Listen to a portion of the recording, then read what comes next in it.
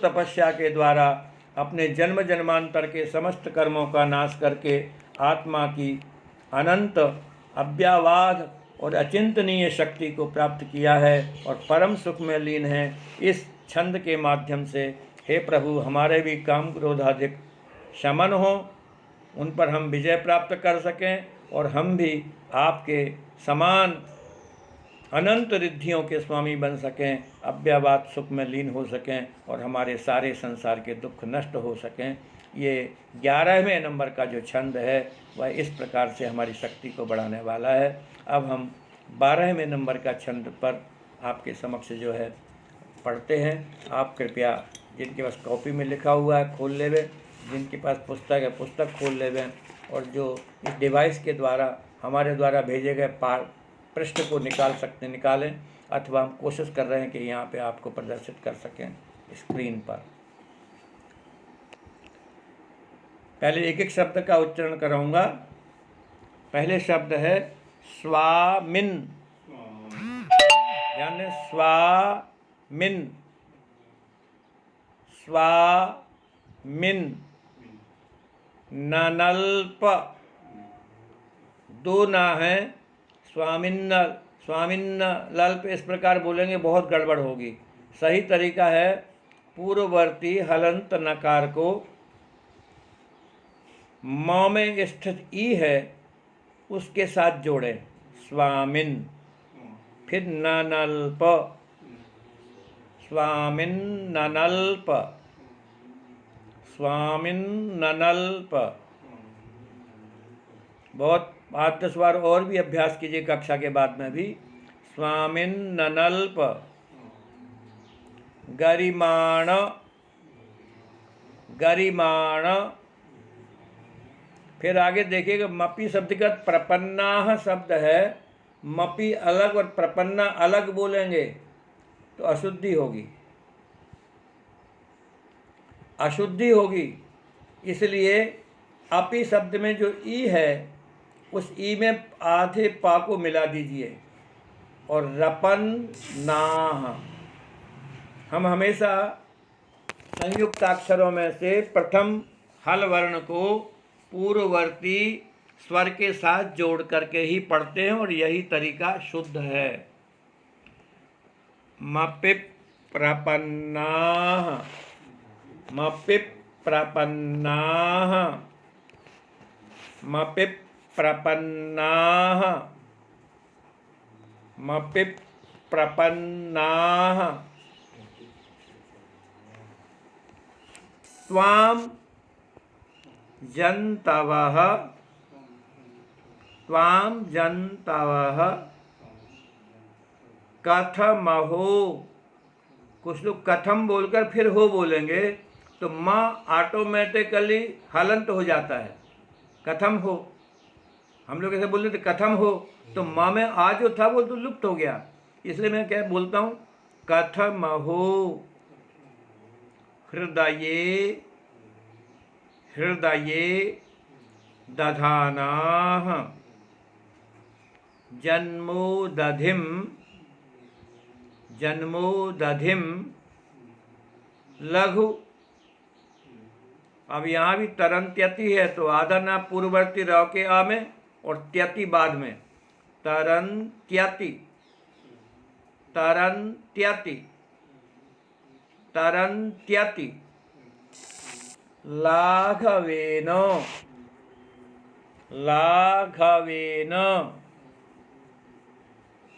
लाघवेन। चिन्त्यो न हन्त, चिन्त्यो न हन्त महतां यदि वा प्रभावः। चिन्त्यो न हन्त महतां यदि वा प्रभावः।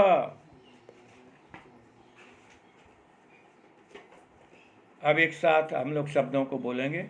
आप लोग सोच रहे होंगे पंडित जी शब्द के उच्चारण पे इतने देर लगा देते, इतना समय निकाल देते, खाली अर्थ का व्याख्यान करें। मैं ऐसा इसलिए करता हूँ आप सब जानते हैं, किसी स्तुति का हम पाठ करें और यदि शुद्धतापूर्वक उस पाठ को नहीं करते हैं तो उसका वह फल नहीं मिल पाता जो स्तुति के पाठ का मिलना चाहिए। आप सब लोगों को सठखंडागम के प्रकट होने की कथा की जानकारी है कि जब धरसेन स्वामी को अपने द्वारा प्राप्त किए गए ज्ञान को वह लिपिबद्ध कराना चाहते थे और दक्षिण भारत से उन्होंने 2 अत्यधिक विद्वान मुनिराजों को बुलवाया था, जिनका नाम था आचार्य पुष्पदंत एवं आचार्य भूतबली महाराज। तो उन्होंने उनको वह विद्या जो उनके पास थी सिखाने से पहले उनकी परीक्षा ली थी कि ये कितने व्युत्पन्न हैं, समझदार हैं या नहीं। दोनों को उन्होंने अलग अलग मंत्र दिए और उन मंत्रों में एक शिष्य को जो मंत्र दिया तो उसमें एक मात्रा बढ़ाकर दे दिया और दूसरे शिष्य को मंत्र दिया तो मात्रा घटाकर दे दिया। अर्थात एक व्यक्ति के मंत्र में एक मात्रा से अपना आप समझ रहे होंगे। मात्रा माने वर्ण जो होता है, एक वर्ण बस इतना एक मात्रा हो गया। ई ऐसा बोलेंगे तो 2 मात्राएं, 2 मात्राएं हैं। तो दीर्घ वर्ण की 2 मात्रा होती है, लघु वर्ण की 1 मात्रा होती है। यानी लघु वर्ण को, ह्रस्व को गुरु यानी दीर्घ कर दिया, ये मात्रा बढ़ गई। अगर कोई वर्ण दीर्घ है और हम लघु करेंगे मात्रा घट जाएगी। दोनों शिष्यों ने मंत्र की आराधना करी। जिस शिष्य के मंत्र में 1 मात्रा कम थी उसके सामने कानी देवी प्रकट हुई। जो देवी आना चाहिए थी वो नहीं आई, और जिनके मंत्र में 1 मात्रा अधिक थी उस देवी कुरूप देवी आई, जिसके 2 दांत बाहर निकले हुए थे। कहने का मतलब है कि नहीं मंत्रोक्षरन न्यूनो निहंति विषवेदनाम। 1 मात्रा से, 1 अक्षर से न्यून भी अगर कोई मंत्र हो तो न निहंति विषवेदनाम, विष की वेदना को दूर नहीं कर सकता। हमारे ऊपर तो राग का विष, संसार का विष, काम क्रोध मोह का विष इतना चढ़ा हुआ है, उसे उतारना है तो हमारे मंत्रों में, हमारे अक्षरों में, उच्चारणों में न्यूनता नहीं होना चाहिए। हम शुद्ध पढ़ने का अभ्यास करें। इसका अर्थ ये भी मत लीजिएगा कि जब तक शुद्ध नहीं आएगा तब तक हम नहीं पढ़ेंगे। तो ऐसे तो वो स्थिति ऐसी आ जाएगी कि जब तक हमें तैरना नहीं आएगा मैं पानी में नहीं उतरूँगा, तो इससे भी काम नहीं चलेगा। लेकिन प्रयास हर वक्त ये हो कि हमारे द्वारा उच्चारण शुद्ध हो। हम जब भी मौका मिले कोशिश करें अपने गुरुजनों से, बड़ों से सीखने की कि हमारा ये उच्चारण शुद्ध करा दीजिए। अंदर से भावना होगी तो हम ज़रूर से शुद्ध रूप में बोल पाएंगे। मैं श्लोक को बोलता हूँ शुद्धतापूर्वक, आप सुनिएगा और सुन करके फिर हम दूसरी बार बोलेंगे, तब आप बोलना। पहली बार में सुनना किस शब्द का उच्चारण कैसे किया। स्वामिन्नल्पगरिमाणमपि प्रपन्नाः, स्वामिन्नल्पगरिमाणमपि प्रपन्नाः, त्वां जन्तवः कथमहो हृदये दधाना, त्वां जन्तवः कथमहो हृदये दधाना, जन्मोदधिं लघुतरन्त्यतिलाघवेन, जन्मोदधिं लघुतरन्त्यतिलाघवेन, चिन्त्यो न हन्त महतां यदि वा प्रभावः, चिन्त्यो न हन्त महतां यदि वा प्रभावः। ध्यान दें, संधि विच्छेद कर रहा हूँ। स्वामिन, फिर है अनल्प। कल कुछ लोगों के प्रश्न आए थे यहाँ कौन सी संधि, हमने केवल संधि शब्दों को पृथक कर दिया था, और कुछ लोगों के प्रश्न है कौन सी संधि पंडित जी। तो कल जो मैंने आप लोगों को श्लोक में संधि करके भेजा है, वहाँ कोष्ठक में भी लिख दिया है कौन सी संधि है, यहाँ क्या विशेष कार्य हुआ है। स्वामिन, फिर अनल्प, तो स्वामी नल्प होना चाहिए था, एक ना और ज़्यादा क्यों आ गया, तो हमने बता दिया व्याकरण के नियम के अनुसार यहाँ नुट का आगम हो गया है। स्वामिन नल्प, स्वामिन न हलंत, फिर अनल्प। गरिमाणम अपि, ये कोई संधि नहीं कहलाती है। गरिमाणम अपि, म हलंत है और आगे लिखा है अपि, तो म में आ मिलना स्वाभाविक है। अथवा ये कहें हिंदी संस्कृत में अपने जितने शब्द हैं सभी शब्दों में यही प्रक्रिया तो है। मान लीजिए आपका नाम है पद्म, तो प में आ जोड़ा तो पा लिख दिया पूरा, उसमें प और आ दो वर्ण हैं। दम, तो द हलंत है और माँ के आगे अ है। इस तरह पद्म, इस शब्द में पांच वर्ण हैं, प, अ, द, म, अ। और यदि पदम पूरा बोलें तो वहाँ पर 6 वर्ण हो जाते हैं। हलंत वर्ण में स्वर मिलाकर लिखने का हमारी परंपरा है संस्कृत लिपि में और हिंदी लिपि में। अंग्रेजी भाषा आदि या अन्य भाषाएं होंगी, वहाँ पर व्यंजन अलग लिखे जाते हैं, स्वर अलग लिखे जाते हैं।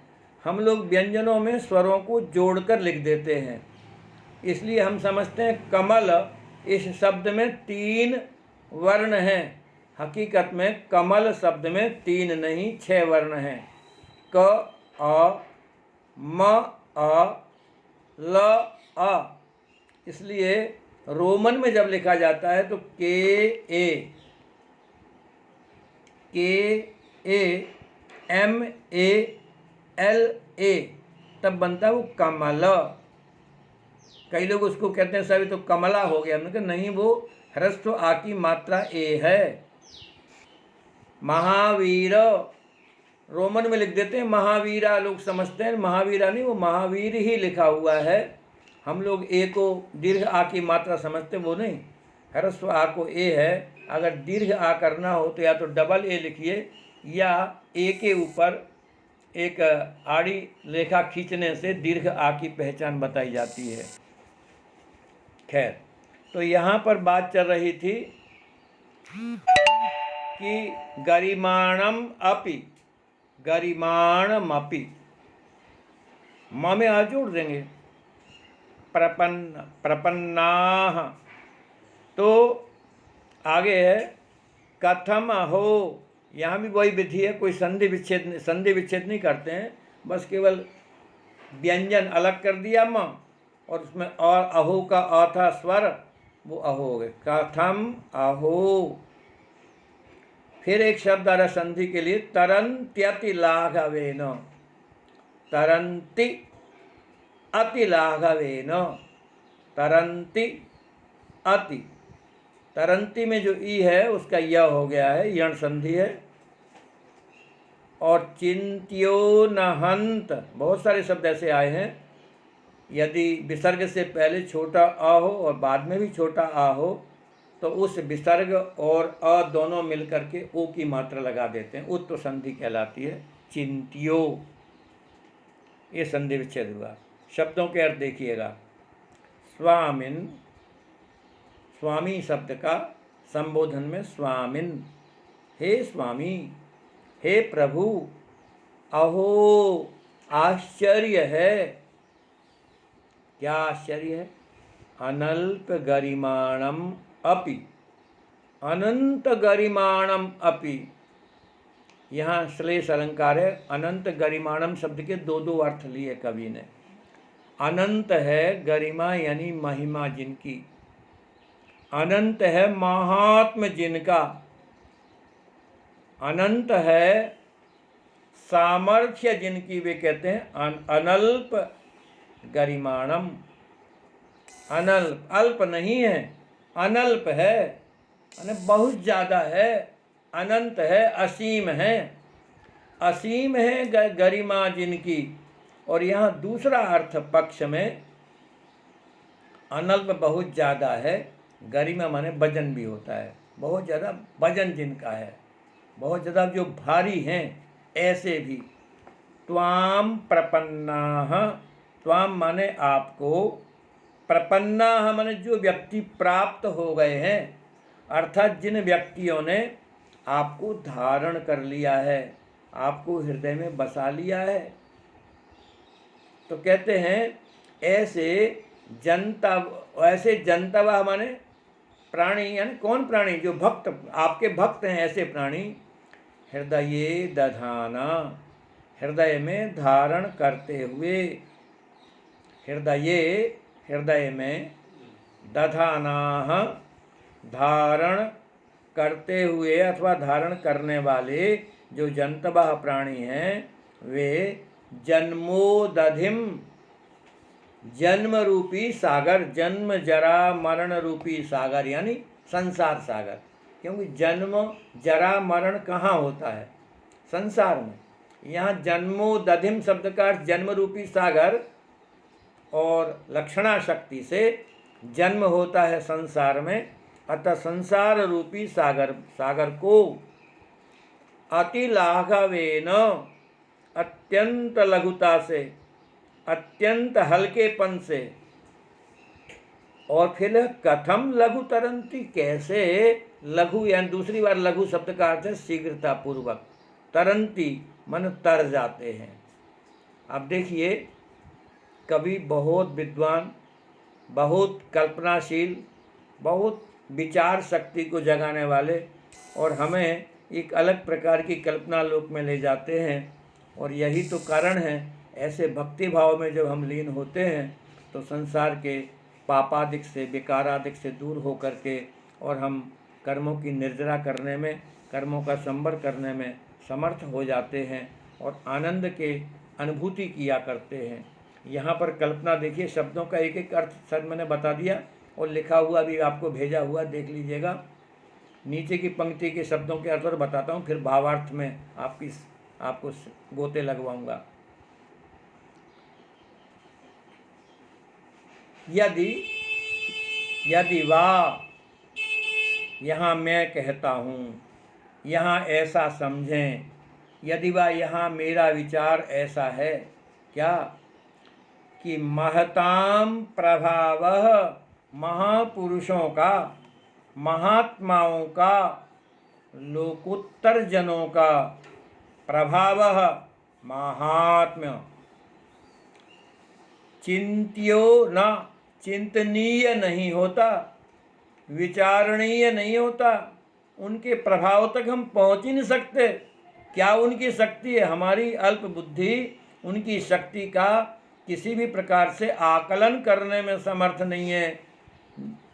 अब ये सब बात नीचे की पंक्ति में, चिंत्यो न हंत महताम, यदि वा प्रभाव, बहुत सुंदर सूक्ति भी है कि लोकोत्तर पुरुषों की शक्ति के विषय में हम सब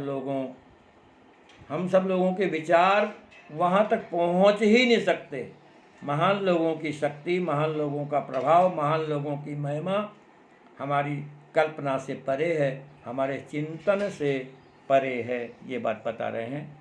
12वें छंद के अंतिम चरण में एक अच्छी सूक्ति भी यहाँ पर आ गई है। अब पूरे अर्थ को बतलाता हूँ। स्वामिन, हे प्रभु, आप कैसे हैं? अनंत गरिमाणम, अनंत गरिमा वाले हैं, मान रहित गुरुता को धारण करने वाले हैं।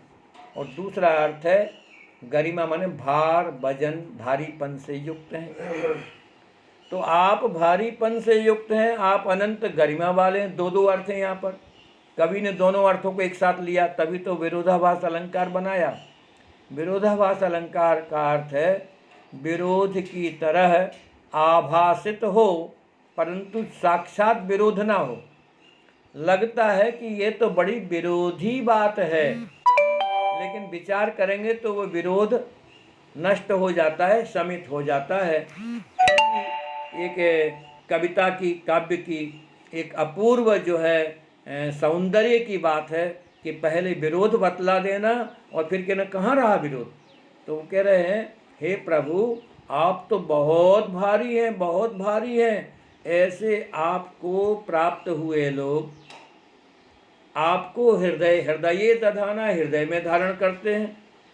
और जब आपको, हे प्रभु आपको धारण कर लेते हैं, तब वे लोग अत्यंत सरलता पूर्वक बहुत शीघ्रता से जन्मोदधिम, छोटी मोटी नदी नहीं, संसार रूपी उदधिम, संसार रूपी सागर को लघु, बहुत जल्दी तरंती पार हो जाते हैं।